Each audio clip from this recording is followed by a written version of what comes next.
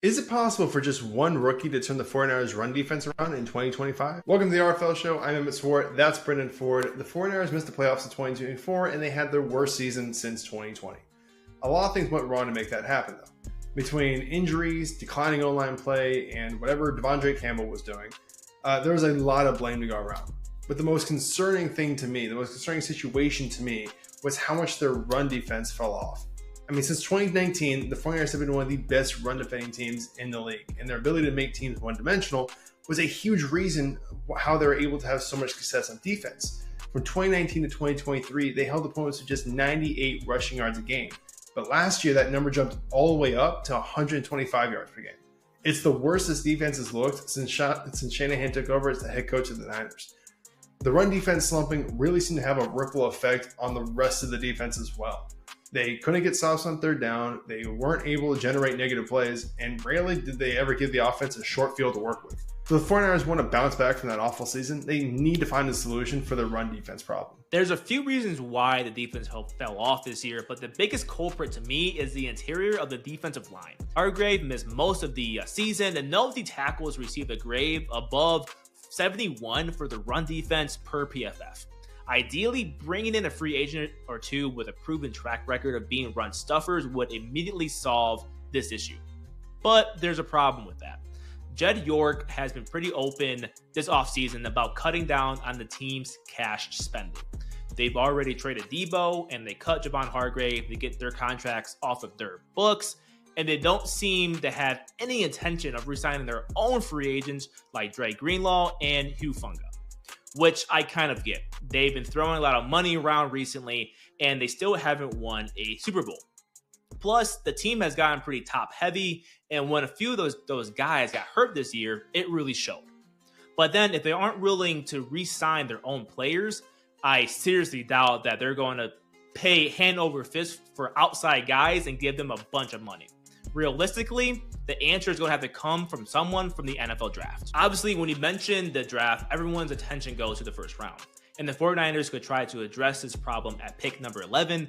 But honestly, I think they have too many issues to use the 11th pick on a run stuffing D tackle. With Debo gone, they could go for another receiver and take Luther Burden. They've also been looking for an edge rusher opposite Bosa for years now, so Mike Green will make a lot of sense. Maybe they even finally want to make fans happy and take a tackle and select Armand Membu. And I think any of those guys would be great options at pick number 11, but then none of those guys solve a run defense issue. So to fix the problem, I actually want to focus on later in the draft and actually focus on the 5th round. The Niners have been excellent at finding stars in that 5th round.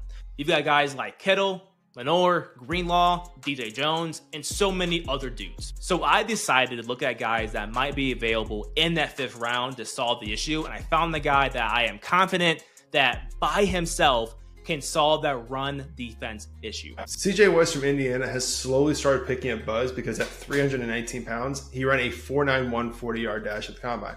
But I'm still kind of hoping that this is such a deep class at D tackle that he kind of gets forgotten about because he has star written all over him to me. West is an absolute force in the run game. I mean, even his size, like even for his size, he's quick enough to shoot gaps and blow up running backs in the backfield. Only 3 guys in this draft class had a higher run stop percentage than him, and 2 of those guys are expected to go in the 1st round. West is at his best when he has gap responsibility instead of having to read and react, because he does have a tendency to play high and get driven back. But when he's able to just play free instinctively, he can wreck a game plan. Something I think is really underrated about this guy is his ability to free up edge defenders on stunts too. There was plenty of times I saw Mikael Kamara have like free shots at running backs or quarterbacks because West would just take out the whole line with him on a twist stunt. But now imagine that situation with Nick Bosa. But CJ isn't just good at freeing up other people. Like, he's fast enough to keep guards and centers off balance. I know his numbers don't really suggest a lot of pass rush productivity, but there definitely is potential there. So can one rookie really turn the 49ers run defense around? If that rookie CJ West, I think the answer is yes. His size, athleticism, and disruptability in the trenches make him the perfect fit to shore up this defense, without the 49ers having to spend big money in free agency or even having to sacrifice a first-round pick. Obviously, no single player can fix everything overnight, but West can be the key to bringing this defense back to its dominant form. What do you think, though? Is he the right guy for the job, or do the 49ers need a different approach? Let us know down in the comment section, and if you want more in-depth breakdowns like this, be sure to like, subscribe, and turn on notifications.